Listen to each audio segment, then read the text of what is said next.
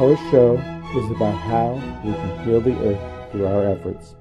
The person we interviewed, Peggy Edwards, has dedicated her adult life to helping organizations plan better, train better leaders, and prioritize better. Mostly, she has done this for nonprofit and governmental agencies. This show is dedicated to her work.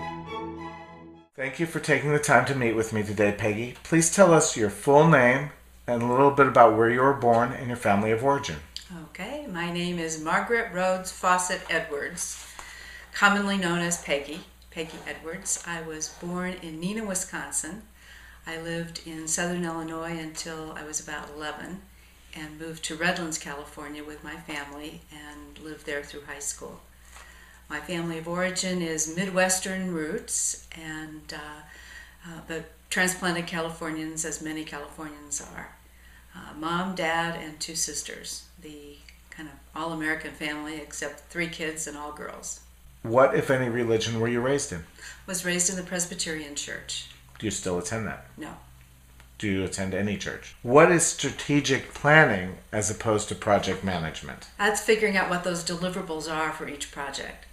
So strategic planning is really thinking long-term, thinking what are the longer-term deliverables or outcomes? What is it you want to achieve?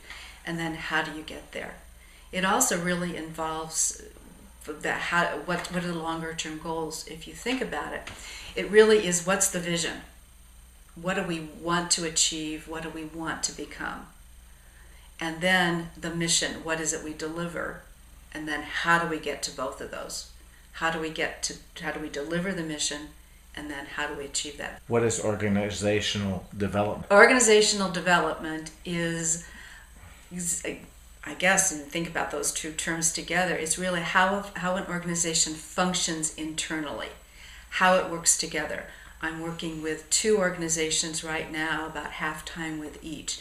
The development stage of each of those is at a totally different place. It involves culture, it involves making sure that you have the right resources, but mostly it's how does it function, how does it work, and how does it grow and learn from lessons, the learning organization, if you will. What does employee engagement mean? How much do you love your job? If you think about engaged people in organizations that are engaged, they behave, they perform, they do things so much differently than people who are not engaged, people who just go for the paycheck or put their time in. I've seen people in my career that were retired at age 45. They weren't giving, they weren't growing, they weren't learning, and I don't understand really why. And they worked for 20 more years. And they have at least 20 more years, probably even 30 now with retirement being what it is. So they have a long time to go, but they're retired on the job. So if you have the luxury, and I have to qualify that, if you have the luxury of being able to seek out a job that really engages your head as well as your hands, that's what I push people to do. A lot of people don't have that luxury. I totally understand that. That's the kind of work that I do, is working with people who don't have that luxury now, but how you can help them work towards a place where they do have that luxury. Is that to work towards transitioning to another position? Yes. Or work towards getting excited about what they're doing? Oh, it could be both. It could be both, because you can take the current job that you're in, and if you have enough guts to make it change, make some things change to work for you, then I think you can turn your job into something that engages you. But let's face it, not every organization is open to having people suggest ways that would be more engaging.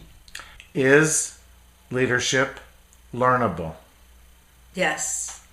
Leadership is as learnable as behavior is changeable, because leadership really is behavior change. And if you believe that people can change, that they see, this is how I want to behave, this is how I want to interact with people versus here's how I do it now, then leadership is learnable. Leadership is not getting people to do what it is you want them to do. Leadership is helping a group of people achieve deliverables that they've all agreed on. You're a facilitative leader, and that's where the word facilitate comes from, ease, make easy. That's your job, is to make getting to where you've all agreed you want to go easy.